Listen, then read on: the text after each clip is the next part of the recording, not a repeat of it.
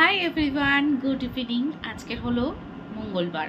তো এখন ঘড়িতে বাজে 7টা 2 আর আমরা এখন বেরোচ্ছি, মানে আমি আর রনি দুজনে মিলে এখন একটু বেরোচ্ছি বেহালার দিকে। তো চলো বেরোনো যাক, লেট করবো না, ঝটপট আসতে হবে বাড়িতে। সোনামাকে রেখেই যাচ্ছি মায়ের কাছে। তো চলো সঙ্গে থাকো আর দেখতে থাকো। আজকের ব্লগটা হয়তো ছোট্ট হতে চলেছে, এখান থেকেই শুরু করছি। তো চলো।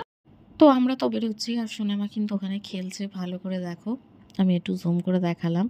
তো ওকে দেখা দেবো না, বেরিয়ে যাব, দেখলেই আবার চিৎকার শুরু করবে হয়তো। তো সেই জন্য চুপচাপ বেরিয়ে পড়লাম। নিচে রনি দাঁড়িয়ে আছে, তো চলো যাওয়া যাক। তো প্রথমেই বললো যে তুমি একটু হেঁটে চলো এগিয়ে, তারপরে বাইকটা স্টার্ট করব। আসলে গলির মধ্যে স্টার্ট করলে না আওয়াজটা পাবে আর জানলা দিয়ে উঁকি মেরে হয়তো দেখে কান্না শুরু করবে। সেই কারণে আর কোনো রিস্ক নিলাম না। ও পেছনে বাইকটাকে ঠেলে ঠেলে আনছে আর আমি হেঁটে যাচ্ছি। আর বুঝতেই পারছো বেশ ভালোই কিন্তু বৃষ্টিটা হচ্ছে, রাস্তা পুরো ভিজে গেছে দেখো। আর এদিকে দেখো আলোর দিকেও আমি করছি ভিডিওটা, ভালোই বৃষ্টিটা বোঝা যাচ্ছে। কিন্তু কি করব বলো, বেরিয়ে তো পড়েছি, আর দেরি করে লাভ নেই। যা কাজবাজ সারার আছে চটপট সেরে চলে আসতে পারলেই হয় আর কি। সচরাচর বাবু কিন্তু হেলমেট পরে না মেন রোডে যতক্ষণ না ওঠে, বিশেষ করে গলিগালাতে থাকলে তো হেলমেট পরেই না। আজকের পড়ছে কেন বলো তো? বৃষ্টির জলটা যাতে মাথায় না পড়ে, মাথাটা বাঁচানোর জন্য। ও বৃষ্টিতে ভীষণ ভয় পায়, আর আমি হচ্ছে তার অপোজিট পুরো। তো ছাতা তো খোলা যাবে না, এই মেন রোডে গাড়ি চালাতে খুবই অসুবিধা হয় ছাতা নিয়ে। তো সেই জন্যই হেলমেটটা আর কি তাড়াতাড়ি করে পরে নিল। আর আজকে আমাদের কাজ আছে বলতে পারো বেহালাতে একটু। বেহালাতে প্রথমে যাব সোনার দোকানে, আমার হাতের পলাটা সোনাটা একটু খুলে গেছে। তো ভাবলাম একেবারে দেখিয়ে নিই এটা। আর সোনা মায়ের জন্য রথ কিনবো। বলছিলাম না অনেক ভিডিও আগে থেকে শ্যুট করে রেখেছি আর পোস্ট করা হয়নি। তো এটাও হচ্ছে সেই রথের আগের ভিডিও। তো সোনা দোকানে ঢুকলাম, দেখালাম। তো ওনারা বললেন যে এখানে এটা রাখতে হবে, 4-5 দিনের মতন টাইম লাগবে। তো সেই জন্যে আর রাখলাম না, বললাম ঠিক আছে পরে পাঠিয়ে দেবো। তো সেই কথা বলে বেরিয়ে এলাম। এখন যাচ্ছি আমরা রথ কিনতে, বাট তার আগে ঢুকবো খাওয়ার দোকানে। বেহালায় এলে মামার দোকানে খাওয়া হবে না এটা হতেই পারে না। নয় মামার দোকান আর না হলে হাজি, এই দুটো দোকান হলো ওর কাছে সব থেকে ফেভারিট দোকান। রোল বা বিরিয়ানি টিরিয়ানির জন্য হাজিটা সব থেকে বেস্ট। আর এই দোকানটা হচ্ছে তোমার চাইনিজ খাবারের জন্য, এই চিকেনের আইটেম, চাউমিন, ফ্রাইড রাইস এগুলোর জন্য বেশ ভালো লাগে। কিন্তু বিশেষ করে আমার এই চিকেনের আইটেমগুলো বেশি ভালো লাগে। তো আমরা সেদিনকারে কিন্তু শুধু চিকেনই খেয়েছিলাম, মানে চিকেনের 3টে আইটেম নিয়েছিলাম, 3 রকম টেস্ট করেছিলাম, কোনো ভারী খাবার খাইনি। তো টিফিনটা হালকা ফুলকার মধ্যেই রেখেছিলাম। হ্যাঁ,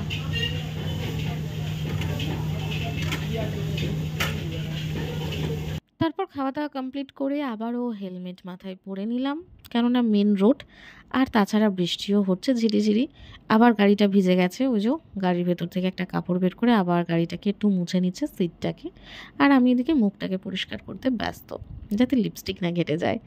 তো যাই হোক চলো, এবারে কিন্তু আমরা বেহালায় রথ দেখতে যাব, মানে রথ কিনতে যাব। না কিনে নিয়ে গেলে সোনামা কিন্তু খুবই খচে যাবে আমার ওপর। আশা করছি পেয়ে যাব, বেহালায় তো পেয়ে যাব। তো চলো দেখা যাক পাই কি না। তো ভীষণ কনফিডেন্সে ছিলাম যে বেহালায় রথ পেয়ে যাব, এত দোকান রথ থাকবে না। আর কয়েকদিন মাত্র বাকি আছে হাতে গোনার রথযাত্রা। ও বাবা, এসে তো পুরো আমার মন খারাপ হয়ে গেল যে সত্যি আমি রথ পেলাম না।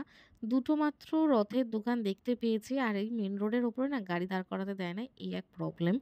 তো আমাদেরকে আবার ডবল করে ঘুরে আসতে হলো। প্রথমে দেখে নিলাম যে কোন কোন দোকানে রথ আছে, তারপর আবার ভেতর দিয়ে ঘুরে আবার রথের দোকানে এসে দাঁড়ালাম।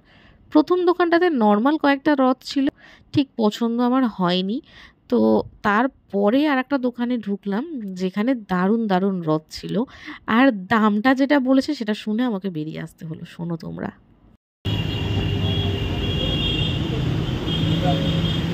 এটা কত? হ্যাঁ, 1200। 1200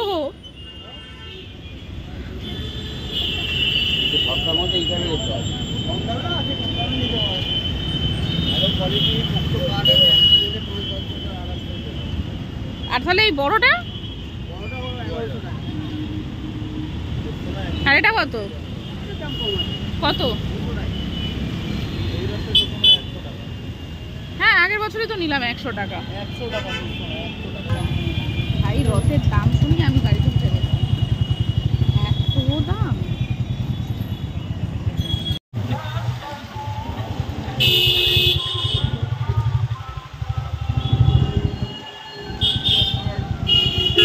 ফাইনালি বাড়িতে তো চলে এসেছি, কিন্তু মামামের জন্য কিছু নিতে ভুলে গিয়েছিলাম। লাস্ট পর্যন্ত গলিতে এসে মনে পড়েছে, সেজন্য এই সামনের দোকান থেকে একটা পাঁপড় নিয়ে নিয়েছি। চিপস বেশি দিই না ওকে, দেওয়াটা আমি পছন্দ করি না, সেজন্য পাঁপড়টাই কিনলাম।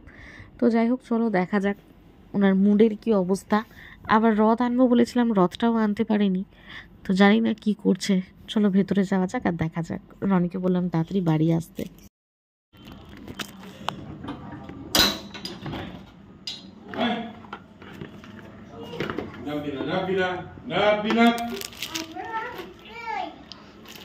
মামা নামছো, গেট দিলাম না।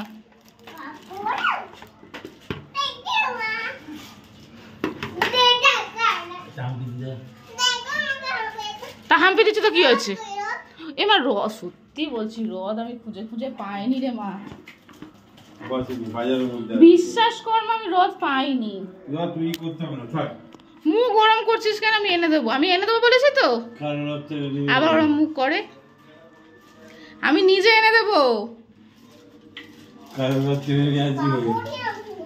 তুই এখন পাঁপড় খা, আমি তোর জন্য রথ এনে দেবো, ঠিক আছে? রথ খুঁজেছি রে মা, পাইনি, বিশ্বাস। তো জাস্ট সবে ঘরে ঢুকলাম আর এখন 9টা বাজতে 15 মিনিট বাকি আছে। তো চলো চেঞ্জ করে নিই, একটু হাত পা ধুয়ে ফ্রেশ হয়ে নিই, তারপরে কিন্তু মামামকে খাওয়াতে বসবো। আর আসতেই দেখলে মুখটা এরম করে নিয়েছে, যেই বলেছে রথ পাইনি। সত্যিই রথ পাইনি, আমি সত্যি চেষ্টা করেছিলাম ওর জন্য রথ আনার, পাইনি গো। আর লাস্ট পর্যন্ত কী নেবো বুঝতে না পেরে এখান থেকে এসে ওই পাঁপড়টা নিয়ে ঢুকলাম। তাও পাঁপড়টা ভালো না, ছোটো খেয়ে বললো যে একদম পাঁপড়টা চামটে গেছে, অনেক দিনের পাঁপড়। আমি দোকানদারকে জিজ্ঞাসা করলাম, দেখো ভালো হবে তো, মানে টাটকা তো? বললো হ্যাঁ হ্যাঁ ভালো। তো এসে দেখছি তাই। যাই হোক, বাদ দাও, ওকে এক্ষুনি খাবার খাওয়াবো। সবাইকে একটা একটা করে দিয়ে দিয়েছে আর ওকে একটা দিয়েছে। তো চলো ভিডিওটা আজকের আপাতত এখানেই শেষ করছি। আজকে ছোট্ট একটা তোমাদের জন্য ভিডিও রাখলাম, কেমন লাগলো সেটা অবশ্যই কিন্তু কমেন্ট করে জানিও। কে কোথা থেকে দেখছো সেটাও অবশ্যই লিখতে ভুলো না।